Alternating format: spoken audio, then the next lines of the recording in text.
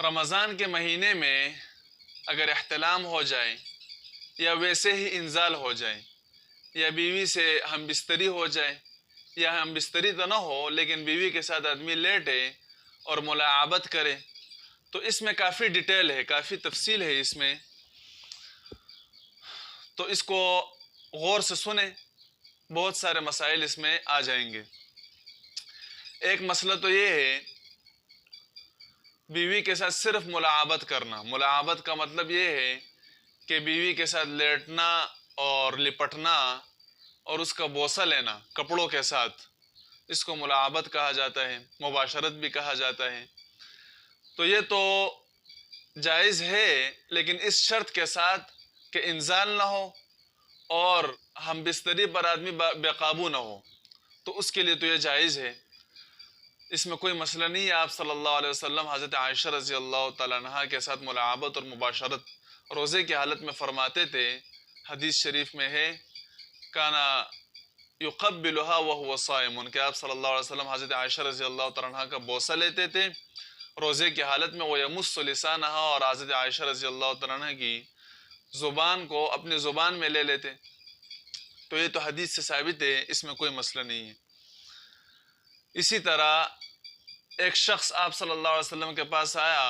اور بیوی کے ساتھ مباشرت اور ملاعبت کی اجازت چاہی تو آپ صلی اللہ علیہ وسلم نے اس کو اجازت دے دی۔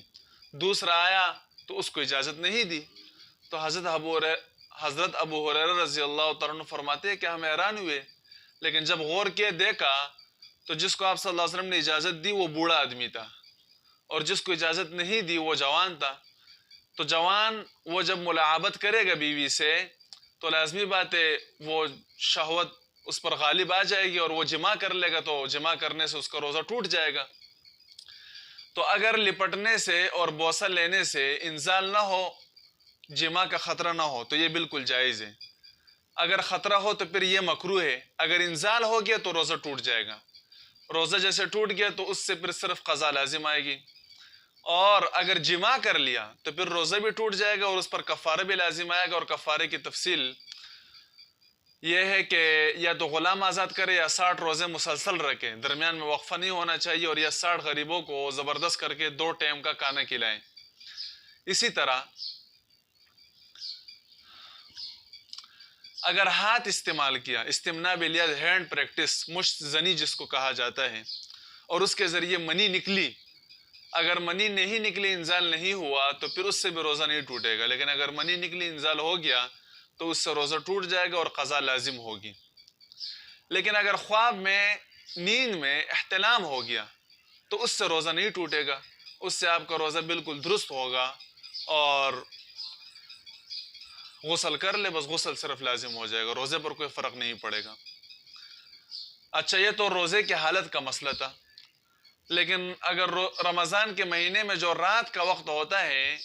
یعنی مغرب سے لے کر صبح صادق تک، جس میں آدمی کا روزہ نہیں ہوتا،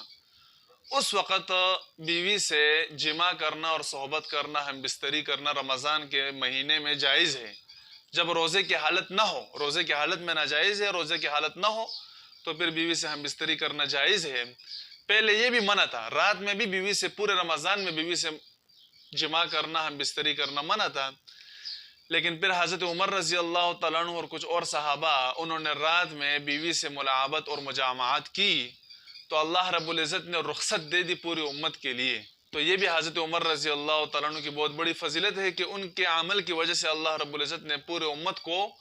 اس کی رخصت دے دی، اور قرآن میں اس پر آیات نازل ہوئی کہ روزے کی، رمضان کی راتوں میں جس میں آدمی کا روزہ نہیں ہوتا، اس وقت بیوی سے صحبت کرنا، ہم بستری کرنا جائز ہے، اور اگر آپ نے غسل نہیں کیا صبح صادق تک تو روزہ بھی آپ کا ٹھیک ہے، بعد میں بھی غسل کر سکتے ہو، کوئی مسئلہ نہیں ہے، اس میں ٹینشن کی بات نہیں ہے، اور احادیث سے یہ مسئلہ ثابت ہے، بلکہ قرآن سے ثابت ہے۔